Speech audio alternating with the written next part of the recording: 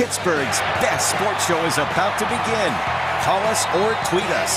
We got things to talk about on the Ireland Contracting Nightly Sports Call. All right, Ken, thanks very much. Good evening, everyone, and welcome to another edition of the Ireland Contracting Nightly Sports Call right here on Pittsburgh CW. 412-575-2600, that's the number to call. You can also tweet at KD Pomp. We have a lot to get into today. The Penguins are playing out west in San Jose. Third trip of this five-game road trip.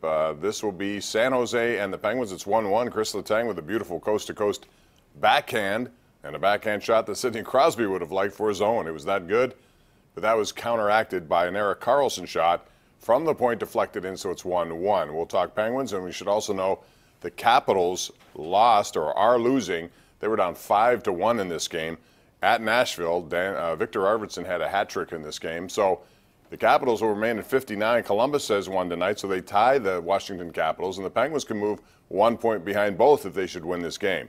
So once again, the Metro is going right down to the wire. Meantime, Pitt with a big win last night against Florida State, number 11th team in the country, a team that had a lot more height. But I'll tell you what, Pitt and their guards showed everyone what they're made of. Young guys who have a fearless quality when it comes into the lane, got to the line an awful lot. And when you do that, good things happen. And especially if you make your foul shots, which they did. Trey McGowan's has been outstanding. Also Xavier Johnson, Tony. And the bottom line is they got that win, and it looked pretty impressive all the way through. 75-62 was your final score. So Pitt now has to take on Syracuse Saturday and then Duke on Tuesday. Those two teams played last night. Syracuse pulled off an upset at Cameron Indoor. Paul Zeiss of the Pittsburgh Post-Gazette is here. You can also tweet him at Paul Zeiss. And nice win for a young team. And I'll tell you something, when you beat Louisville, and then Louisville goes to North Carolina and wins by over 20, and then you beat Florida State after Florida State almost beat number one Duke, you have to be encouraged what you've seen so far. Well, and it speaks volumes about the ACC and the depth of it. I mean, it's absolutely. A tough league, and people, think about it, Bob. People were talking about a month ago about Duke was going to go undefeated and they were going to roll through everybody. And of course, we had the silly, Duke could beat the Cleveland Cavaliers nonsense. I always hate when that comes up. Yeah, People do that all the dumb. time. It's just dumb. It makes no sense. You're talking about NBA players, all of whom are outstanding. Right. Exactly, and are grown men. Yes. So, I mean, what's Zion Williamson, 18 years old?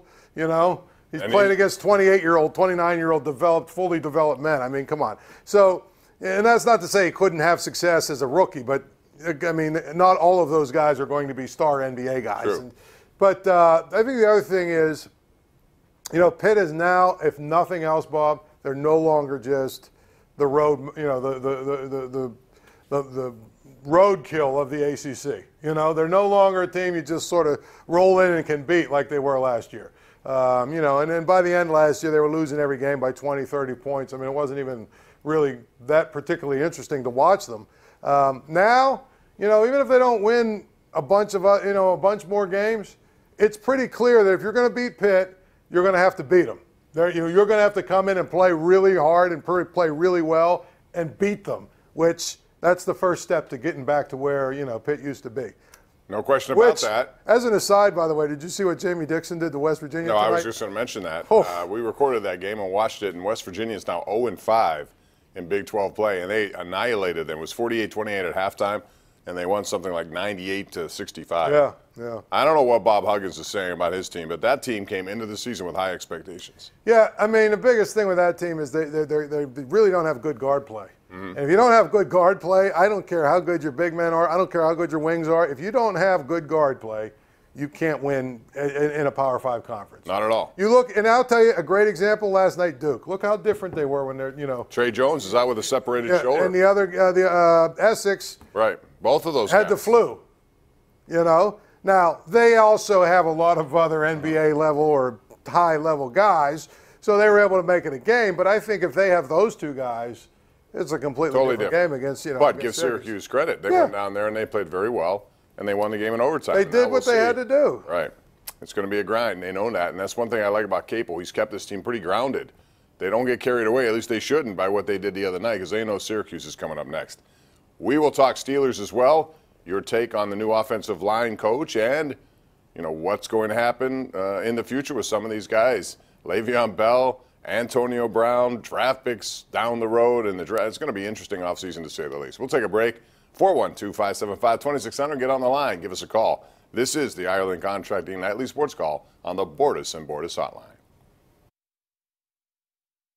The Ireland Contracting Nightly Sports Call is brought to you by Ireland Contracting, Pittsburgh's #1 home exterior expert in roofing, siding, windows, and gutters.